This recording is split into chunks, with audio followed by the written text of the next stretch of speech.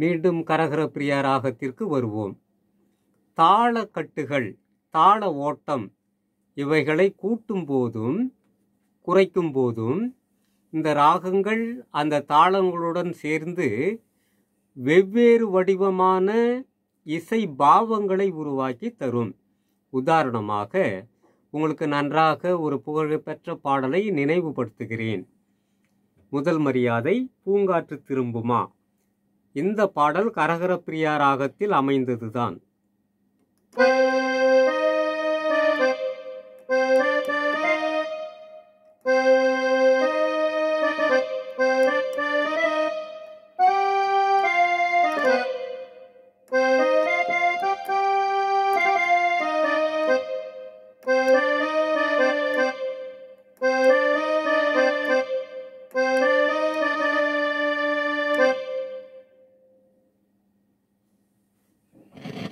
இல்லை, அது அதை கை வைக்காதீங்க.